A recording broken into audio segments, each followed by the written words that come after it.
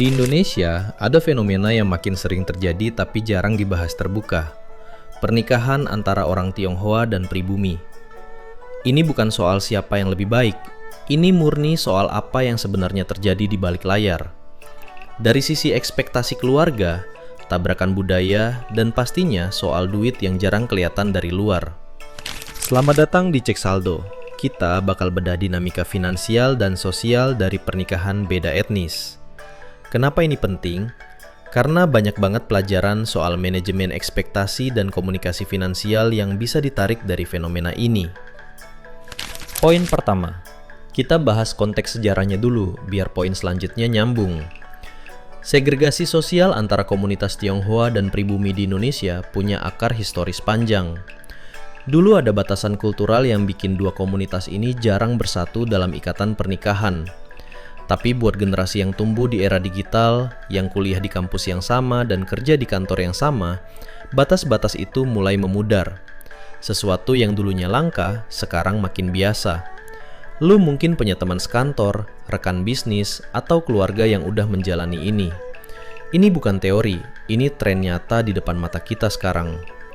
Pertanyaannya bukan lagi apakah ini boleh atau enggak, tapi apa tantangan asli yang sebenarnya dihadapi pasangan ini. Dan ternyata, tantangan pertamanya justru datang dari dua keluarga besar di belakang mereka. Poin 2. Dan ini fase yang sering banget bikin pernikahan campuran terasa berat di awal. Pernikahan itu menyatukan dua sistem nilai, dua ekspektasi besar, dan dua definisi tentang keluarga ideal. Di sisi keluarga Tionghoa, sering ada tekanan menjaga kontinuitas tradisi. Di sisi keluarga pribumi, ada rasa was-was dari orang tua yang mungkin belum terbiasa dengan perbedaan adat atau gaya hidup. Ada pasangan yang udah sepakat, tapi orang tua masih nanya, nanti anak dibesarkan pakai tradisi mana? Pertanyaan ini nyata, dan seringkali nggak ada jawaban instan yang memuaskan semua pihak di meja makan. Dua-duanya bawa beban yang berbeda, dan dua-duanya merasa tantangan merekalah yang paling berat. Tapi dari semua tekanan keluarga, ada satu topik krusial yang paling jarang diomongin blak-blakan sebelum nikah, yaitu soal duit. Poin 3, ini bagian yang paling sering di-skip bahas di awal pendekatan, padahal justru ini sumber konflik utama. Standar pernikahan di tradisi Tionghoa dan mayoritas adat pribumi bisa beda banget, mulai dari skala pesta sampai konsep sangjit atau seserahan yang nilainya kadang bisa di luar ekspektasi pihak satunya. Kalau kedua belah pihak nggak mau bahas angka ini realistis dari awal, potensi gesekannya luar biasa besar. Bayangin, satu pihak ngebayangin pesta intimate 50 orang kerabat dekat. Pihak kedua ngebayangin resepsi besar 300 tamu dekorasi penuh. Itu dua angka yang jauh bedanya, dan dua-duanya butuh biaya real. Realitasnya gini, kalau lo dan pasangan nggak bisa terbuka ngomongin duit sebelum nikah, artinya kalian belum siap nikah. Ini murni urusan kedewasaan komunikasi. Nah, misal urusan finansial aman, ada tantangan berikutnya yang jauh lebih personal, soal identitas. Poin 4. Sesuatu yang jarang dihebohkan, tapi durasi ngerasainnya paling lama seumur hidup. Pasangan beda budaya harus bikin keputusan kecil tiap hari yang buat orang lain kelihatan sepele. Pilihan bahasa di rumah, perayaan hari raya, tradisi yang mau dipertahankan sampai cara mendidik mental anak.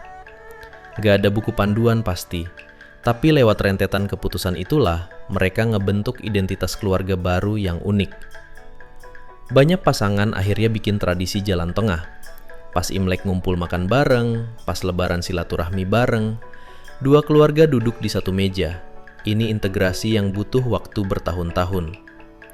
Sisi positifnya, anak yang tumbuh dari keluarga campuran ini sering punya level empati dan kemampuan adaptasi di atas rata-rata. Dan dari semua dinamika tadi, ada satu benang merah yang sangat relevan buat siapapun. Poin 5. Alasan utama kenapa topik ini dibahas di channel seputar uang dan bisnis. Pernikahan campuran ini sebenarnya cermin tentang gimana dua sistem nilai soal uang dan perencanaan masa depan itu bertabrakan, atau justru berkolaborasi. Pasangan yang sukses ngelewatin ini biasanya bukan yang paling romantis, tapi yang paling komunikatif dan realistis soal ekspektasi finansial mereka. Dan prinsip ini berlaku buat pernikahan apapun. Pasangan muda yang berani bahas transparan soal pengeluaran bulanan dan siapa pemegang kendali keuangan punya pondasi mental yang jauh lebih kuat. Pada akhirnya, perbedaan budaya itu nggak pernah menghancurkan pernikahan. Perbedaan ekspektasi yang disembunyikan dan nggak pernah dibicarakanlah yang menghancurkannya. Sebelum ditutup, selalu ingat, semua yang dibahas di sini murni edukasi. Keputusan hidup lo 100% tanggung jawab lo sendiri. Pernikahan beda etnis emang penuh dinamika. Dari adaptasi ekspektasi keluarga, menyatukan standar finansial yang beda, sampai ngebangun identitas baru.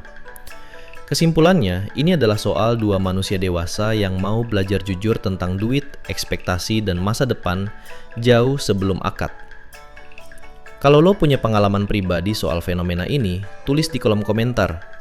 Dan pastinya, terus asah pola pikir lo, pantang menyerah ngejar target hidup, dan pastikan diri lo hari ini selangkah lebih maju dari kemarin. Ada satu video lagi di layar yang worth it banget buat lo tonton sekarang untuk nambah insight baru.